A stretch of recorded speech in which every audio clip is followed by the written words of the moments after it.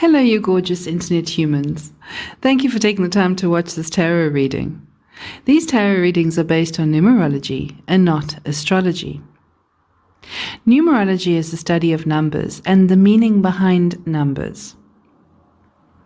In numerology, the idea is that your date of birth and your name can be reduced to a certain set of numbers that can tell you your greater purpose in life, including your strengths, your weaknesses, your talents, your ambitions, the general tone of your life experiences, and various other things. One of the most important numbers in numerology is your life path number. The life path number runs between the numbers 1 and 9, unless you're one of those special few with a life path number of 11 or 22. Your life path number is similar to your astrological sun sign in astrology. I use the knowledge of the meaning of numbers in conjunction with tarot cards to get a better picture or impression of the current energies surrounding the collective and where these energies are headed in the near future.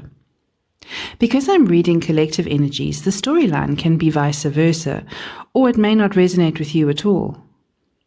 Please only apply what resonates with you and leave the rest. And please keep in mind that tarot readings are just another, perhaps more ancient form of spiritual entertainment and shouldn't be taken too seriously. So having said all that, how exactly do you work out your life path number? Well, so let's say you were born on the 18th of December, 1963, like the ever-gorgeous Brad Pitt. In this case, you would add your day and month numbers together to get a number. 1 plus 8 plus 1 plus 2 equals to 12. Then you would add all the digits in the year together to get a number. 1 plus 9 plus 6 plus 3 equals to 19. Then you would add your day-month total to your year total to get a number. 12 plus 19 equals to 31. Then you would reduce that down to a single digit to get your life path number. 3 plus 1 equals to 4. So if you were born on the 18th of December 1963, like the gorgeous Mr. Brad Pitt, your life path number would be a 4. So darling number 4s, today's reading is called What is Coming Towards You in Love. And for that, I'm using the Fairy Oracle deck and the Fairy Tarot deck. And the reason I'm using those is because I heard a rumor that the fairies have a tendency to meddle in people's love lives. All right, darling spirit guides.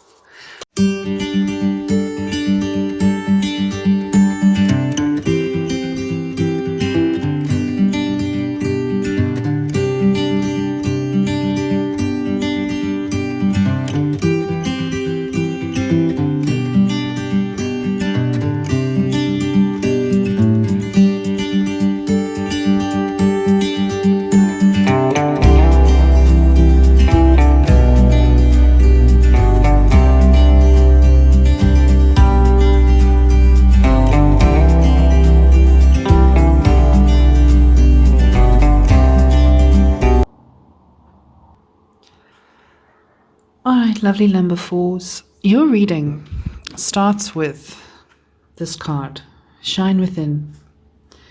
Isn't she glorious? Just look at that. Look at those wings. She's beautiful. This card, Shine From Within, speaks of someone whose beauty comes from within. Because their beauty comes from who they are, not what they look like. It also speaks of self-love. That loving yourself ignites your inner beauty. Not in a narcissistic kind of stare in the mirror way, but in a kind of complete radical self-acceptance. Now, part of loving yourself, and this is interesting. First, I want to show you this before we get to that. So the clarifiers you get is the Priestess, the Two of Pentacles, the Three of Cups, and Justice. Right, okay. So all these cards add up to an 18.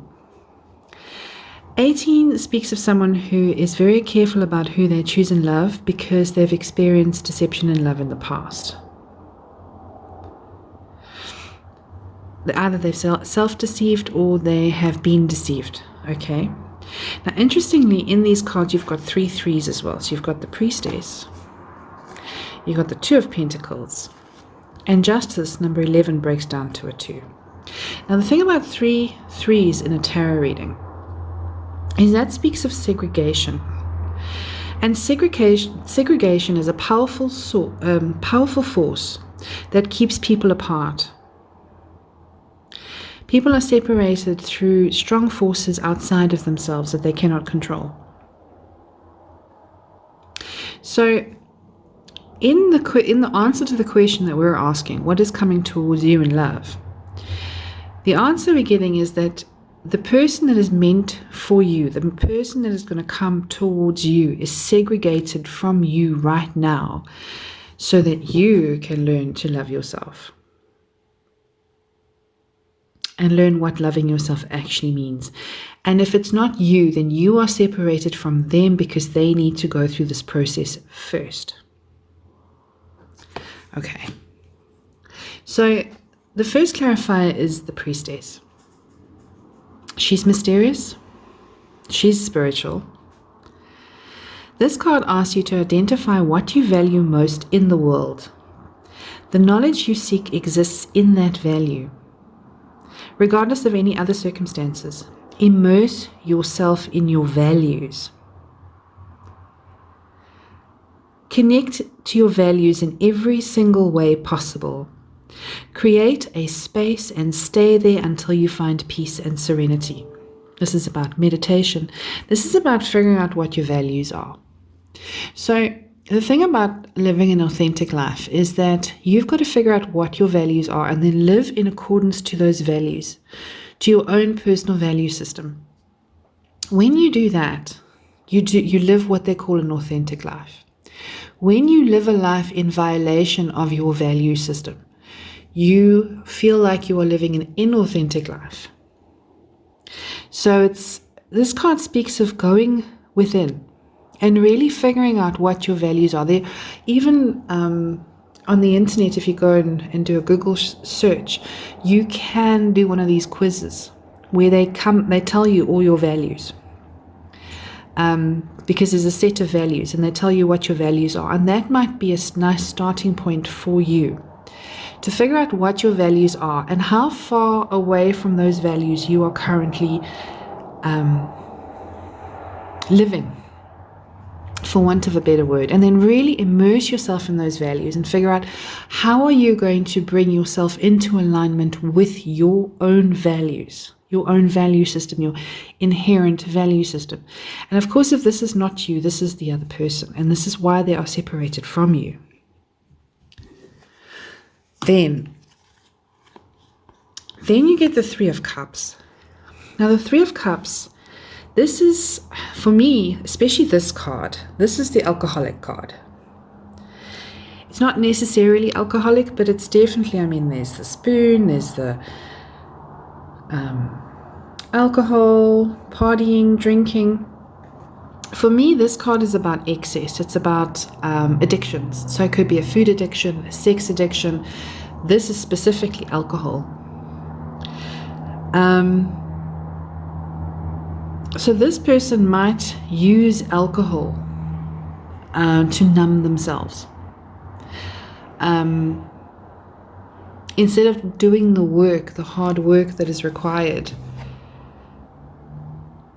and going within, they might try and take a shortcut. Because when you numb yourself, it's like you have that high that you would get from working hard spiritually. You get it from having a few drinks. It's an artificial one. It's not the real one. But you can, it's like a virtual reality high. So you might be separated from someone who has a little bit of a, I wouldn't say drinking problem, but who uses alcohol to numb themselves. And if that is not them, then that might be you. And the reason that you're doing it or they're doing it is the Two of Pentacles. Somebody here is taking on more than they can handle, and their life has become completely out of balance as a result. You might be a people pleaser. You might be working too hard. There's something in how you're living your life or how they are living their life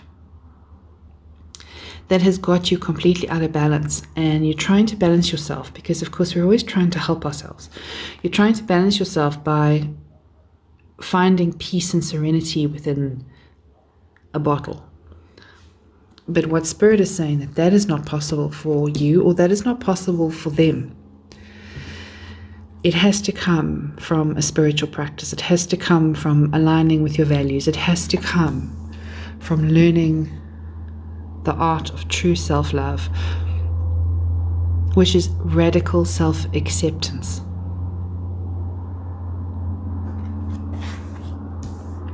And then the last card you get is Justice.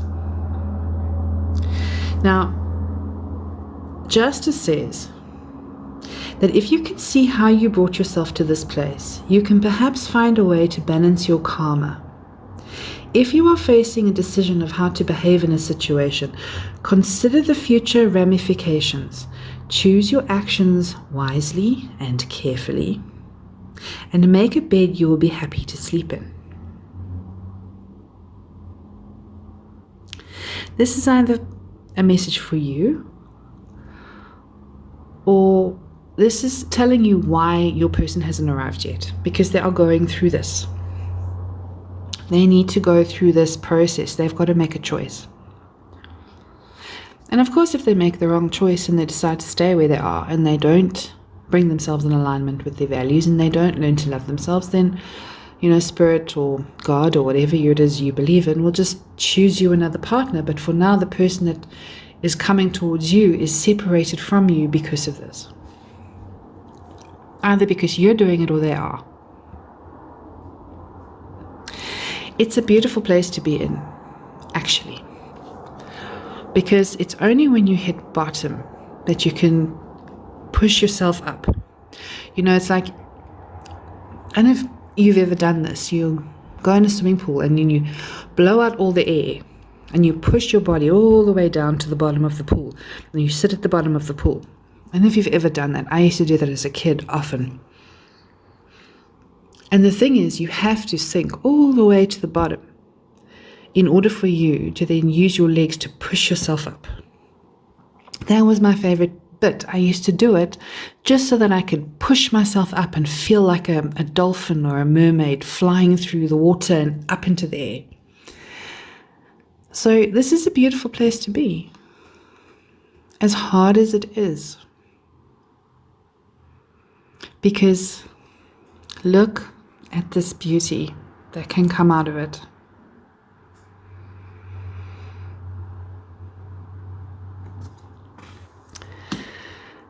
Well, thank you for visiting my channel.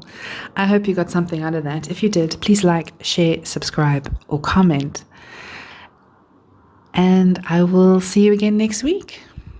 Wishing you much love and many blessings. Goodbye.